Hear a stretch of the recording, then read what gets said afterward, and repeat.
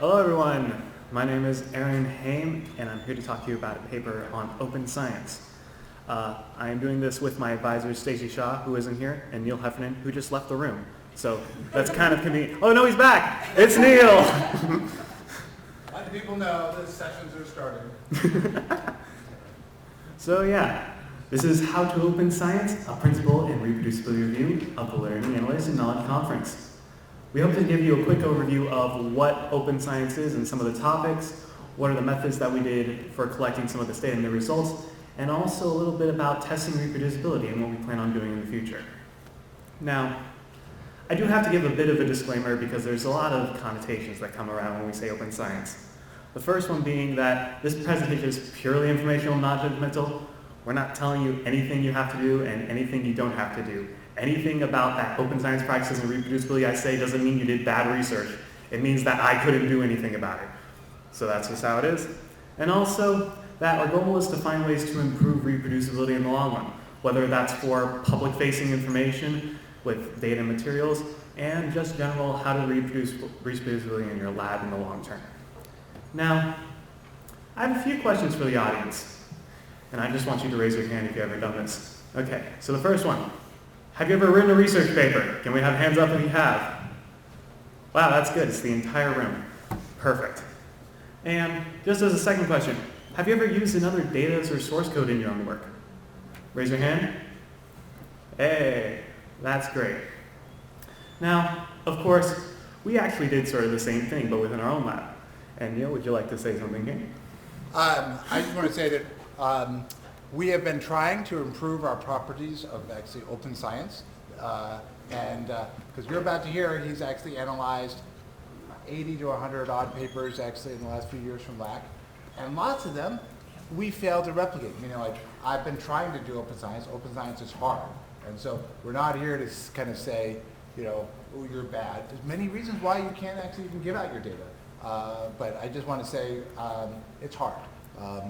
Okay. That's it. So yeah, actually within our own lab when we try to reproduce our papers, which we have a couple of them if you wouldn't mind, if you ever heard of assessments, we actually weren't able to reproduce 90% of them. Of course, that includes just using the data and source code that's currently available, but that's sort of an issue because we needed more information to be able to successfully obtain these results. And there were even cases where we couldn't produce the exact results no matter how hard we tried. And actually, if we go back a bit in time to the 2015s, we can actually see there were a number of people who couldn't do this as well. Whether in physics, psychology, biology, there were numbers of papers going through thousands of research papers going, hey, we can't get these results that you guys put on your papers. What do we do? Well, because of all this stuff, a nice little thing called open science exploded, which is essentially the concept of where you take all that research that's currently available and make it openly accessible to everyone, whether it's a user, whether it's a researcher, or even for commercial purposes. One of the things that came about from open science is actually the Center for Open Science, which hosts all these projects and all these informations and runs pre-registrations and preprints and all this stuff. They also created badges, which is used to mark what these topics are and if you actually contributed to them and made these things open and available. So because of all this, we decided to take a look at two things. The first thing is just take a first look at all the papers within the last 2 years of the LAC conference and see what open data and open science practices they actually use. And then the second one was just to see whether or not these papers were easily reproducible. Because if you have data materials, we want to make sure we can actually get the results from them. So we looked at 133 papers across LAC 2022 and LAC 2021. This amounted to 81 full papers and 52 short papers, where we went through and we documented and justified every single open practice that was on those papers or that they decided to do. Of course, we're not omnipotent. There are a few limitations and considerations we had to consider. The first one being, we didn't contact the authors, which was fine in this case. We were just taking a first look at all these papers just to see that, hey, given the information in the papers, could we actually reproduce the results? Because talking with authors can take a long time to be able to get that back and forth And also, some may just no longer have the work, just for purely unfortunate reasons. Another thing that we actually had to do was that this entire thing is subjective. It's my opinion on whether or not you actually met these practices or if you were able to reproduce your work. So as such, I ended up creating an entire document that actually justified all these practices of what I thought was open science and why it was open science. So let's look at some of the practices that I looked at in your papers. The first one being open data, where it's essentially the concept of these data sets that are accessible for anyone to use. Sorry. So including all these data sets that are currently available, is essentially you make these available and you have these permissive licenses that allow people to use your data or some data sharing agreements such that other people can look at it. We looked at the data itself and also some subfields of open data, which includes the documentation of whether or not you had a description on what that data set did. Because as anyone ever knows, trying to use data without a data set documentation is painful and no one should ever do it. Of course, there are some limitations and considerations here as well. The first one being that we cannot publicly release all the data in those cases. There are some people who have personally identifiable information or they're blocked by their human ethics committee. So in these cases, we actually just looked at it and said, hey, if you actually said that I can't release this data, but I can request it, or I can't release this data, we marked it as separate subtopics. In this case, for the ones that we marked it where you can share it privately, we said on request, but you had it explicitly stated in your paper. The second one being that if the data set can't be shared publicly or privately at all, that's where we just marked it as open data still, because we were just being completely honest and saying, hey, in these cases, you can't really do it, but we're going to trust you on your opinion. Though, for anybody wondering, that never happened. So don't worry about it. And finally, there was only the cases where the data set was partially documented, which typically happens when someone doesn't release documentation or they mention it slightly in their paper and it wasn't fully available. In these cases, we just said that the documentation was marked as partial as a separate condition saying at least you tried to document your data set and made it available for everyone to use. Now, let's take a look at some results. Out of the 133 papers that we looked at, only 7 of them had open data, which is around 5%. An additional 2 papers actually had data stated that you could request it from the authors itself. For data documentation, only 2 papers had the full documentation of the data set. And of course, both papers did have open data, luckily. And for an additional 38 or 50 papers had partial documentation, where at least they mentioned in their paper what were some of the fields that were in it. So in the case that they didn't have open data, it was at least mentioned in some capacity. Now, in the concept of materials, we have open materials, which is essentially source code that's available like libraries like NumPy or Python, or you're using freeware like Google Sheets that are available for anyone to use as well. In these cases, we also looked at some subfields related to this. The first one, once again, being documentation, because materials documentation is really helpful when you're trying to use it. README, which usually contains some setup instructions or just a general concept of what the product is and how you go about using it. And then finally, the license, which actually just states, hey, can I use this for my intended purpose without running into any legal issues? In these cases, there's also some limitations and considerations we had to take care of here.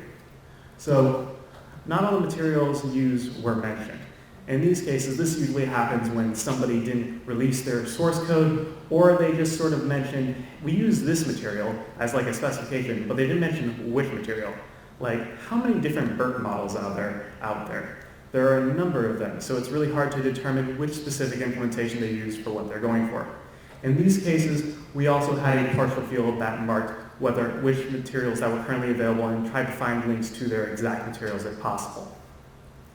Similar to open data, we actually checked once again if the materials could be shared privately but not necessarily publicly, where we then marked it as on request once again. The same thing goes for materials that were partially documented. We had a partial field that stated that, hey, some of this stuff is documented for you to use, but otherwise not completely. Now, going through this one, out of the 133 papers, we had 6 that actually had full open materials that anyone can use. Of course, only 38 had at least one material available, so there were some things that people said, we used this paper, we used some of these materials that were openly available, so you could get access to them. And there are also only one paper which had material that could be requested. The material in question, Crystal Island, you know, that game that actually people use and can request from to play with. In other cases, 0 papers had full documentation, which is sort of expected because not everyone documents every single public-facing API of their materials when they're going about it. In my case, I don't do that either. You actually are assuming right now materials are code, right? But actually, it also could be like the data in an experiment, the actual materials. Like Kirk actually had a paper earlier this morning. That's open data. Oh, you want to call the materials... Materials, no. For correction, data is data. Materials is source code and other things. When we're talking about materials that had documentation, we're talking about the source code that's documented or the materials that they're using had documentation. Make sense? No. Okay. That's perfect. Okay, I'll get that as a question then. Okay. So, as for that, we did have 39 papers who did attempt to document their source code or attempted to have a material that documented source code within it. And out of those, only 3 of the full materials did have that partial documentation that we were talking about earlier, where some of them was documented. Now, out of the 6 full open paper materials, all of them did have a README, and only half of them had a permissible license such that anyone can use it. Now, as I'm running out of time, I gotta go faster. So for pre-registration, we have the ability that you can document what you'll do before it, which is essentially what you're planning to do as a methodology. In these cases, some of the benefits include key hacking and not doing parking, where you're essentially cherry-picking the results that you have. It also, which is hypothesizing after results are known for people who don't know what parking is.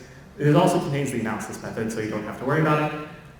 There's also streamlined analyses, so you have an idea of what's going on, and also some version control updates as well. So out of the 103 papers that actually did this, only 1 paper had a pre-registration, which wasn't ours. So that's something. Of course, now we're talking about reproducibility, where it's essentially you have 2 different machines where you have the same data and the same materials, and that you actually try and get the same results. In these cases, we did have some limitations where it may not be easily reproducible. In these cases, we tried following setup instructions in the actual set itself, and we performed some debugging to diagnose any issues that were available. It also may only work on some computers, but we tried testing it on 2 different machines such that we can reduce these issues. Also, only 6 papers could be tested because they only have the materials, and there's not much, and only one of them actually came from our lab. So out of these papers, 0 were reproducible, or easily reproducible, I should say, which is kind of expected. The common issues that appeared when we were doing this was that there were missing libraries in their websites, which were a pain to diagnose and set up properly. There were not setting seeds for randomness, which made it kind of annoying. There were ambiguous parameters and inputs where all this information is available, and also there were some broken and incorrect publishes. Now, does this mean that anything is not reproducible? No. It just means I can reproduce it at the time. So, in order to handle this, I want to go one step further, which is first, I want to contact the authors to see what their papers are and to get a better idea of how to be able to reproduce it, because they're the ones who did their work first, so it's always a good idea to understand how they did it and get the results from it. Another thing I want to do is do a second reproduction, give them a more honest chance of with this additional information such that they can do it, and also set up a clean machine such that in the future, I can actually build it and they can build it and give it out to anyone and have it available. Of course, I also plan on replicating the results across different conferences to be able to get that, or at least across this conference. And of course, I will be trying to reproduce this year as well, along with the previous years, just for a general understanding of how this is going. And finally, I want to replicate the results at other conferences and see whether or not those that promote the open science practices that actually are consistent across different findings, at least in education technology. Now, as a quick thank you to everybody who's helped me out with this, There's an OSF project link if you want to go to it. And if you want to comment on the explanations document, including my justifications, you can. I will answer any questions and I will fix it in the future. So yeah, thank you.